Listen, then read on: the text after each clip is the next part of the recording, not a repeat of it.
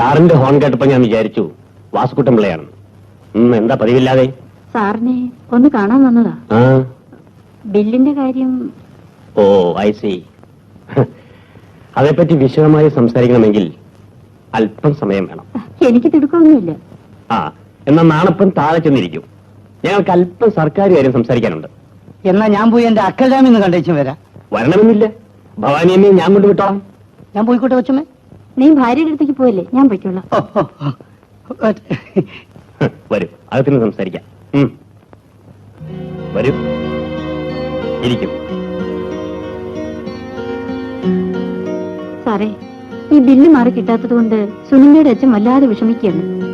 Bill പാസ്സാകാത്തതിന് എന്റെ അറിവിൽ ഒരേ ഒരു കാര്യമേ ഉള്ളൂ. അതെന്താണെന്നാണ് അറിയേണ്ടത്. അതിപ്പോ ഞാനെങ്ങനെയാ പറയുന്നത്? പറയാതെ എങ്ങനെ അറിയുന്നത്?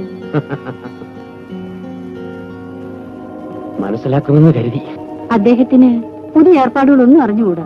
പണ്ടൊക്കെ എഞ്ചിനീയർമാർ ബില്ല് പാസ്സാക്കി വീട്ടിൽ കൊണ്ട് കൊടുക്കുമായിരുന്നു. കൊണ്ടു കൊടുക്കുന്നവർ ഇപ്പോഴും ഉണ്ട്. സാർ എന്താ ഉദ്ദേശിക്കുന്നത്? പണം വേണോ?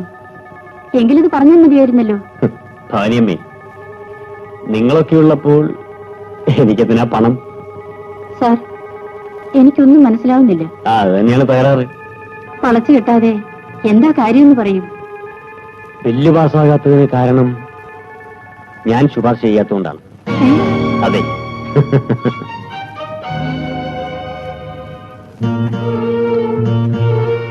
ഞാൻ ശുപാർശ ചെയ്യണമെങ്കിൽ ഞാൻ ആഗ്രഹിക്കുന്നത് എനിക്ക് കിട്ടണം. ഞാൻ ഇത്ര വിചാരിച്ചില്ല. എന്റെ ഭർത്താവിന് കുറെ കടമുണ്ട്. പക്ഷേ അദ്ദേഹത്തിന്റെ മാനമാണ് എനിക്ക് വലുത്.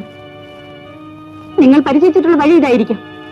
പക്ഷേ ദാസ്, വാസുക്കുട്ടമ്പിള്ളയുടെ ഭാര്യയെ ഇതിനെ വിട്ടുകയില്ല. നിൽക്കൂ.